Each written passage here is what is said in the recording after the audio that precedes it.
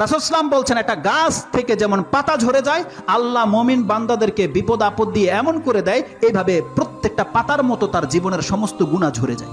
যেই ব্যক্তি বিপদ আপদে থেকে আল্লাহর উপর সন্তুষ্ট, সেই ব্যক্তি আল্লাহর সন্তুষ্টি পেয়ে যাবে।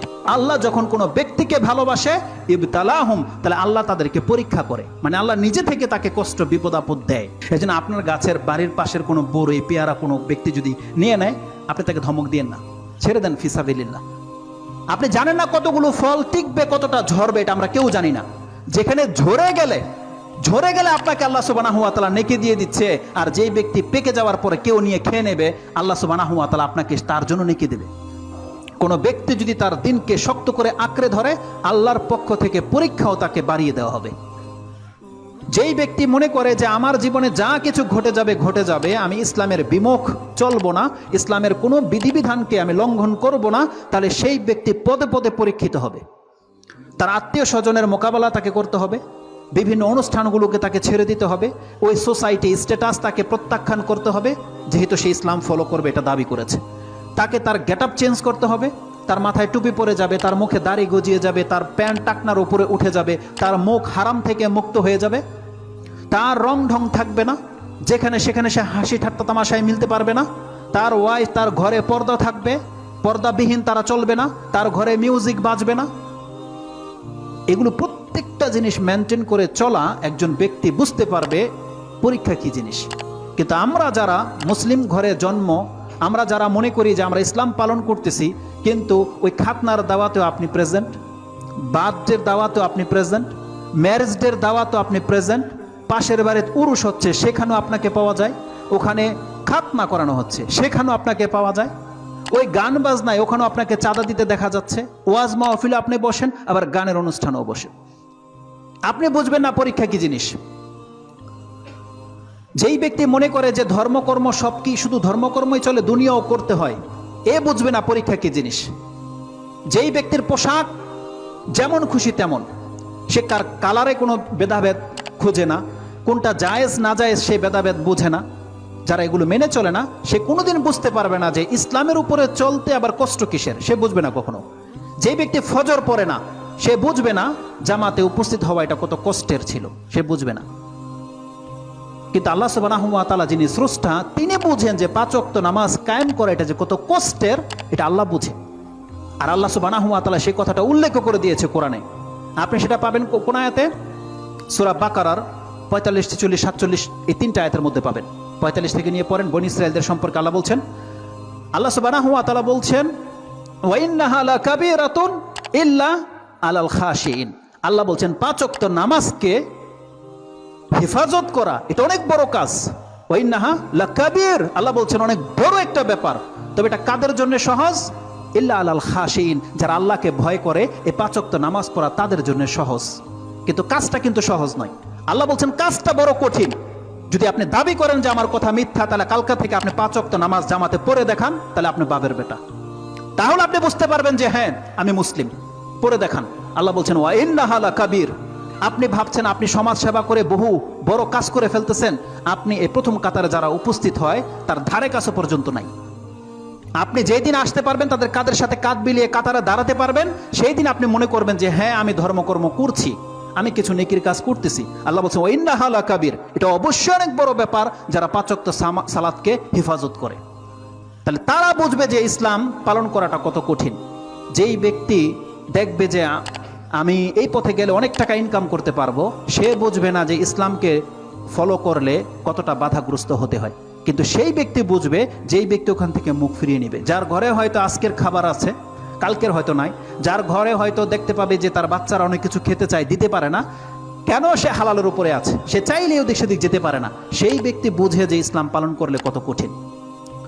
যদিও আলহামদুলিল্লাহ সাহাবীদের চেয়ে আমাদেরকে অনেকটা লুজ করে দেওয়া হয়েছে। আমাদের ঘরে অডেল খাবার থাকে, 1 মাস পর্যন্ত না খেয়ে থাকবেন আপনার ঘর, এত পরিমাণ রিজার্ভ আছে। কিন্তু সাহাবীদের এটা হতো না। তো যে দিনকে যত শক্ত করে আঁকড়ে ধরবে, যেই ব্যক্তি ওয়াদা করে নেবে যে আমি হারাম খাবো না, সে আল্লাহ তাকে দেখাবে যে ধর্ম পালন করার ক্ষেত্রে কতটা মজা আছে এবং কতটা কষ্ট আছে, সেই ব্যক্তি বুঝতে পারবে। তো রাসূলুল্লাহ সাল্লাল্লাহু আলাইহি ওয়াসাল্লাম বলছেন ওয়া ইন কানা ফি দীনিহি সালাবাতুন জিদা সালাবা, সে যত বেশি দিনকে আঁকড়ে ধরবে সে তত বেশি কষ্টের সম্মুখীন হবে। ওয়াইন কানা ফি দীনিহি রিক্কাতুন খুফিফা আন, আর যে ব্যক্তি যত বেশি তার ধর্মের ক্ষেত্রে শিথিল, দেখবে সে ধর্ম অত্যন্ত সহজ, সে দেখতে পারবে ইসলাম ধর্ম সহজ।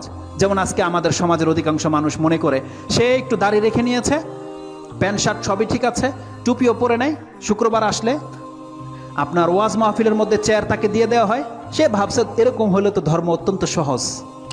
তার বাসার যে কোনো অনুষ্ঠান, মরে গেছে কেউ, হুজুর একজন ডাক দিলে হুজুরকে পাওয়া যায়, চল্লিশা করাতে হবে হুজুরকে পাওয়া যায়, একটা হাফেজকে দিয়ে কোরআন পড়াতে হবে, সে কোরআন পড়ার প্রয়োজন বোধ করে না। কেন? কারণ সে জানে 500 টাকা দিলে আমি একজন হাফেজকে আমার ঘরে কোরআন পড়িয়ে নিতে পারবো। সে দেখছে ইসলাম অত্যন্ত সহজ। ওয়াইন কানা ফি দীনিহি রিক্কাতুন বলা হয়েছে, যেই ব্যক্তি তার দ্বীনের ক্ষেত্রে যত বেশি শিথিল, আল্লাহ বলছে সে দ্বীনকে তত বেশি হালকা দেখতে পাবে। কারণ যেই ব্যক্তি মানে ফেজ হতে চায় না হকের, সেই ব্যক্তি সব কিছুকে আমভাবে দেখতে পায়। যেমনটা বলেছি, সব রকমের স্টেজের মধ্যে আপনাকে দেখা যায়, কিন্তু আপনি যখন দেখবেন আপনার ঘরে চাঁদা চেতে এসেছে গানের, আর আপনি বলবেন যে না আমি গানের টাকা দেই না, তাহলে ওই সমাজে টিকে থাকা আপনার জন্য তখন আপনি কষ্ট ফিল করবেন। যখন আপনি দেখবেন পাশের বাসায় নাচ গান হচ্ছে আর আপনি গিয়ে বাধা দিবেন যে দেখেন আমরা তো নামাজ পড়ি, ফজরে উঠতে হবে, মিউজিক বন্ধ করেন, আজকে এটা আমরা বলি না বিদায়, আমাদের কাছে ধর্ম সহজ, কিন্তু আপনাকে বলতে হতো, এটা আপনার দায়িত্ব। যখন আপনি আপনার দায়িত্ব থেকে মুখ ফিরিয়ে নিয়েছেন, আপনি ভেবেছেন ইসলাম তো সহজ, মানে কেউ নাচ গান করবে, কেউ ইবাদত করবে, কেউ কোরআন পড়বে, কেউ গীতা পড়বে, এমনটা হয়ে গেছে আমাদের ধর্ম। মানে আমরা সবাই ভাই ভাই, যার যার ঘরে যা যা করি এটা আমাদের ব্যক্তিগত ব্যাপার, তারপর আমরা মুসলিম। ঐক্য চায় তারা, এভাবে ঐক্য হয়? বাতিলের সাথে ঐক্য হয়? সৎ ব্যক্তি আর অসৎ ব্যক্তি সমান হতে পারে? কি করে হতে পারে? আল্লাহ বলছেন যে জান্নাতি আর জাহান্নামী সমান, এটা হতে পারে না। তাহলে যেই ব্যক্তি ইসলাম পালন করে আর যেই ব্যক্তি ইসলাম পালন করে না, আংশিক কিছু ফলো করে, তার মানে সেই ব্যক্তি ইসলামটাকে যেভাবে দেখতে পায়, আর যারা 5 ওয়াক্ত নামাজ পড়ে, কোরআন পড়ে, তারা যেইভাবে দেখতে পায়, ওই লোক কি সেম সেম দেখতে পায়? দেখতে পায় না।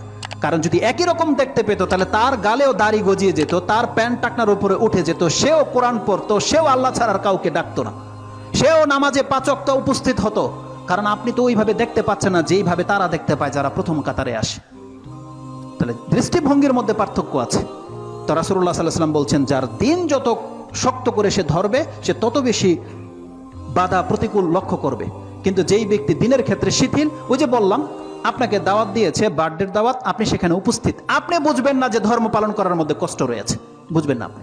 তো আলা কুল্লি হাল, আল্লাহ রাসূল সাল্লাল্লাহু আলাইহি ওয়াসাল্লাম বলছেন ওয়াইন কানা ফি দীনিহি রিক্কাতুন খুফিফা আন, যেই ব্যক্তি ধর্মের ক্ষেত্রে শিথিল, তাকে তার ধর্মকে হালকা করে দেওয়া হবে। ওয়ালা ইয়াজালুল বালাউল আবদ, এটা হচ্ছে মূল বিষয়। রাসূল সাল্লাল্লাহু আলাইহি ওয়াসাল্লাম বলছেন ওয়ালা ইয়াজালুল বালাউ বিল আবদ হাত্তা ইয়ামশি ফিল আরদি মা লাহু খাতিয়াতুন।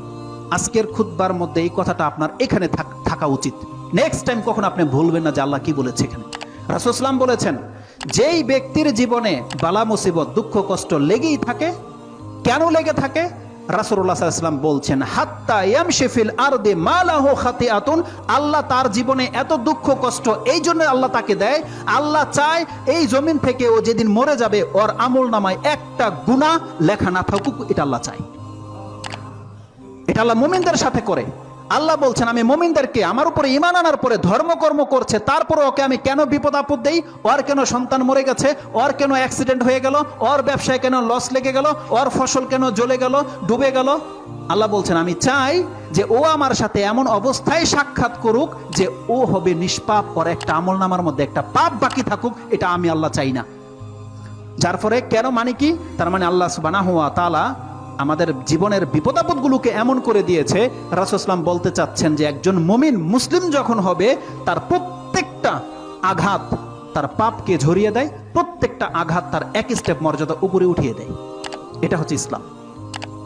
তো এই হাদিসের মধ্যে যেটা আছে যে আশাদ্দুন নাসি বালাআন আল আম্বিয়া সুম্মাল আমসাল ফাল আমসাল, মর্যাদায় যে যত বেশি হবে তার বিপদ আপদ তত বেশি হবে, এটা আল্লাহ সুবহানাহু ওয়া তাআলার পক্ষ থেকে জানিয়ে দেওয়া হয়েছে।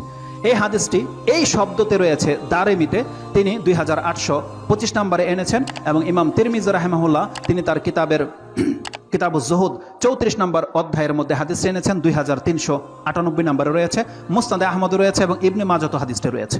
হাদিসের সনদ সহিহ, বিদায় আমি আপনাকে কোট করলাম। তো এই হাদিসটিকে ইমাম বুখারী রাহিমাহুল্লাহ তিনি তার কিতাবে আনেননি, তবে প্রথম টুকরা দিয়ে তিনি একটা অধ্যায় কায়েম করেছেন। সেটা আপনি পাবেন 75 নম্বর অধ্যায় কিতাবুল মারাদ, তার 3 নম্বর পর্বটাই হচ্ছে এটা, যে তিনি বলছেন আল ইন্নাল বালা আসাদুল বালা আল আম্বিয়া সুম্মাল আমসাল ফাল আমসাল, একটা অধ্যায় তিনি কায়েম করেছেন এই টুকরা দিয়ে, যদিও এই হাদিসটাকে তিনি কোট করেন। তিনি তারপরে উল্লেখ করেছেন যে কিভাবে একজন ব্যক্তির বিপদ আপদে তার পাপ ঝরে যায়, এই পরীক্ষাগুলোর মাধ্যমে কিভাবে পাপ ঝরে যায়, তিনি এখানে একটা হাদিস এনেছেন। আব্দুল ইবনে মাসউদ রাদিয়াল্লাহু তাআলা তিনি বলছেন, দাখালতু আলা রাসূলিল্লাহি সাল্লাল্লাহু আলাইহি ওয়াসাল্লাম ওয়া হুয়া ইউআকুল, রাসূলুল্লাহ সাল্লাল্লাহু আলাইহি ওয়াসাল্লাম জ্বরে অত্যন্ত কাতর ছিলেন, তার এমন জ্বর হয়েছে, ইউআকুল মানে অত্যন্ত বেদনায় তিনি ভুগছেন। ফাকুলতু ইয়া রাসূলা ইন্নাকা লা তুওয়াকু ওয়াকান শাদীদান, আপনি হয়তো অনেক বেশি ব্যথিত, অনেক কষ্ট পাচ্ছেন। রাসূল সাল্লাল্লাহু আলাইহি ওয়াসাল্লাম বলছেন, আজাল, হ্যাঁ আমি অনেক বেশি কষ্ট হচ্ছে আমার। তিনি বলছেন, কতটা কষ্ট হচ্ছে? রাসূল সাল্লাল্লাহু আলাইহি ওয়াসাল্লাম বলছেন, ইন্নী উআকু কামা ইউআকুনা রাজুলানি মিনকুম, তোমাদের 2 জন ব্যক্তির জ্বরকে যদি একসাথে রাখা হয় তাহলে যেই বেদনাটা হবে ওই কষ্টটা আমার হচ্ছে এখন। তার মানে 2 জন ব্যক্তির জ্বর আসলে যতটা সে বেদনা, যতটা কষ্ট সে ফিল করবে, আমার একা আল্লাহ অতটা জ্বর অতটা বেদনা দিয়েছে। বলছে এমনটা কেন? তাহলে নিশ্চয়ই কুলতু যালিকা আন্না লাকা আজরান, তাহলে তো আল্লাহ আপনাকে ডাবল নেকি দিতে চেয়েছেন, এই জন্য রাসূলুল্লাহ সাল্লাল্লাহু আলাইহি সাল্লাম বলছেন, আজাল, হ্যাঁ এটাই হচ্ছে উদ্দেশ্য। আল্লাহ যেহেতু আমাকে ডাবল নেকি দিতে চেয়েছে, আমার মর্যাদা দ্বিগুণ করতে চেয়েছে, আমার গুনাহ খাতা দ্বিগুণ মাফ করতে চেয়েছে, এজন্য আল্লাহ আমাকে কষ্ট যখন দেয় তখন বাড়িয়ে দেয়। তিনি বলছেন, আজাল, হ্যাঁ এই জন্য আমার কষ্ট হচ্ছে। ওফি রিওয়ায়াতিন সুম্মা কালা কাযালিকা মা মিন মুসলিমিন ইউসিবুহু আযান শাওকাতুন ফামা ফাওকাহা ইল্লা কাফফারাল্লাহু বিহা সাইয়্যাহু কামা ইয়াহুত্তু শাজারু ওয়ারাকাহা। এটা হচ্ছে চমৎকার কথা। রাসূল সাল্লাল্লাহু বলছেন, এই মর্যাদা শুধু আমার নয়, এই পৃথিবীতে যত মুমিন মুসলিম আছে, কাযালিকা অনুরূপ আমার আজকে যেমন বেদনার কারণে আমার মর্যাদা উঁচু হচ্ছে এবং আমার গুনাহ খাতা মাফ হয়ে যাচ্ছে, ঠিক এমন মর্যাদা প্রত্যেকটা মুমিন মুসলিমের আল্লাহ কি করে, মা মিন মুসলিমিন ইউসিবুহু আযান শাওকাতুন ফামা ফাওকাহা, যদি তার গায়ে একটা কাঁটা লেগে যায়, ফামা ফাওকাহা বরং তার চেয়েও হালকা যদি কোনো খোঁচা তার গায়ে লেগে যায়, কাঁটার চেয়ে হালকা খোঁচা কি? মশার কামড়, তাই নয়? একটা মশার কামড় কাঁটার চেয়েও হালকা, কিন্তু ব্যথা অনুভব হয় কিনা মাঝে মাঝে? রাসূল সাল্লাল্লাহু বলছেন, ফামা ফাওকাহা, একটা কাঁটার খোঁচার চেয়েও যদি হালকা কোনো খোঁচা তার গায়ে লেগে যায়, এটা কেন দেয় আল্লাহ সুবহানাহু ওয়া তাআলা? আল্লাহ সুবহানাহু ওয়া তাআলা তাকে এই জন্য দেয়, ইল্লা কাফফারাল্লাহু বিহা সাইয়্যাতিহি, আল্লাহ এই খোঁচার মাধ্যমে তার পাপ, ওই মানের পাপকে আল্লাহ মাফ করে দিতে চায়। এক পর্যায়ে তার জীবনে যত বেশি এরকম বিপদ আপদ আসবে, তার রেজাল্ট কি?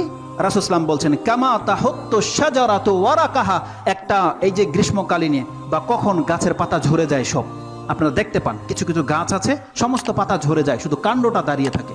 রাসূল সাল্লাল্লাহু আলাইহি ওয়াসাল্লাম বলছেন, একটা গাছ থেকে যেমন পাতা ঝরে যায়, আল্লাহ মুমিন বান্দাদেরকে বিপদ আপদ দিয়ে এমন করে দেয়, এইভাবে প্রত্যেকটা পাতার মতো তার জীবনের সমস্ত গুনাহ ঝরে যায়। এইভাবে গিয়ে তিনি আল্লাহ সুবহানাহু ওয়া তাআলার সাথে সাক্ষাৎ করেন। এই হাদিসটা ইমাম বুখারী রাহিমাহুল্লাহ কোট করেছেন কিতাবুল মারাদ 75 নম্বর অধ্যায়, হাদিস হচ্ছে 5648। এবং এই বর্মে আরেকটা হাদিস আমি আপনার কাছে কোট করি, এটাও খুব চমৎকার হাদিস, এটাও ইমাম তিরমিজি রাহিমাহুল্লাহ কোট করেছেন। ওটা বলেছিলাম 2898, এটা হচ্ছে 2896, দুইটা হাদিস আগে 34 নম্বর অধ্যায় গিয়ে আপনি পেয়ে যাবেন।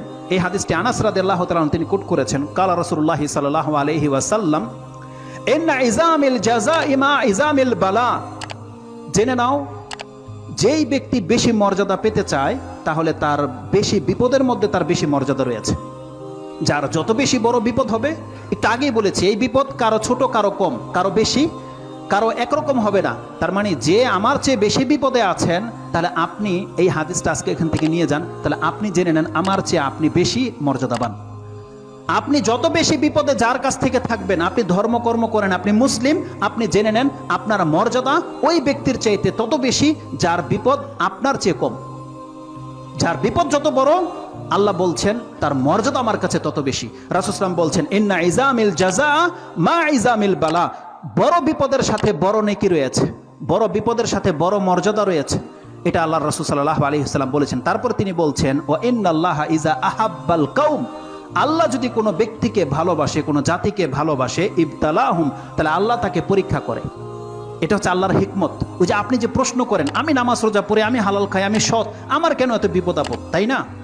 এটার জবাব আপনাকে এই হাদিস থেকে নিয়ে যেতে হবে। আল্লাহর রাসূল সাল্লাল্লাহু আলাইহি সাল্লাম বলছেন, ইন্নাল্লাহা ইযা আহাব্বাল কওমা, আল্লাহ যখন কোনো ব্যক্তিকে ভালোবাসে, ইবতালাহুম, তাহলে আল্লাহ তাদেরকে পরীক্ষা করে, মানে আল্লাহ নিজে থেকে তাকে কষ্ট বিপদ আপদ দেয়। কেন? আল্লাহ তাকে পছন্দ করে তাই। এটা আগে বলেছে সেই হাদিস। কেন আল্লাহ দেয়, কেন পছন্দ করে আপনাকে? আল্লাহ চায় আপনার জীবনে যে পাপগুলো হয়ে গেছে, আল্লাহ চায় যে কবরের শাস্তি দিয়ে আপনাকে আল্লাহ শাস্তি দেবে না। প্রত্যেকটা মানুষের শাস্তি কিন্তু তার পাপকে মাফ করার জন্য, তাই নয়?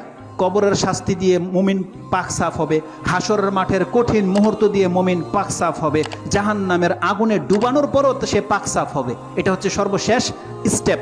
আল্লাহ সুবহানাহু ওয়া তাআলা এই দুনিয়াতে যাকে বিপদ আপদ দিতে চায়, কষ্ট দিতে চায়, এরা হলো সেই ব্যক্তি যাদের জীবনে পাপ হয়ে গেছে। আল্লাহ চায় ওরা কবরের শাস্তি থেকে মাফ হয়ে যাবে, আল্লাহ চায় ওদেরকে হাসরের আযাব থেকে মাফ করে দেব, আল্লাহ চায় ওকে আমি জাহান্নামে ফেলবো না। এই জন্য আল্লাহ সুবহানাহু ওয়া তাআলা দুনিয়াতে বিপদ আপদগুলো, লস লেগে যাওয়া, সন্তান মরে যাওয়া, বিভিন্ন যে কোনো ধরনের আচরণ, তার পাপকে মাফ করে দেওয়ার জন্য আল্লাহ ব্যবস্থা করেছে। এটা রাসূল সাল্লাল্লাহু আলাইহি ওয়াসাল্লাম বলেছেন, ইন্নাল্লাহা ইযা আহাব্বাল কওমা ইবতালাহুম। তারপর রাসূল সাল্লাল্লাহু আলাইহি ওয়াসাল্লাম বলছেন, ফামান রাদিয়া লাহু ফালাহু রিদা, যেই ব্যক্তি এই বিপদ আপদে থেকেও যদি আল্লাহর উপরে সন্তুষ্ট থাকে, আল্লাহর রাসূল বলছে আল্লাহর সন্তুষ্ট তার জন্য লাজিম হয়ে যাবে। ফামান রাদিয়া ফালাহু রিদা, যেই ব্যক্তি বিপদ আপদে থেকেও আল্লাহর উপরে সন্তুষ্ট, সেই ব্যক্তি আল্লাহর সন্তুষ্টি পেয়ে যাবে। রাসূল সাল্লাল্লাহু আলাইহি ওয়াসাল্লাম বলছেন, ওমান সাখিতা ফালাহু সাখাতু, আর যেই ব্যক্তি অসন্তুষ্ট হবে তার জন্য আল্লাহর অসন্তুষ্টি বর্তাবে, সে কোনোদিন আল্লাহকে সন্তুষ্টি পাবে না, আল্লাহ তার উপরে কখনো সন্তুষ্ট হবে না।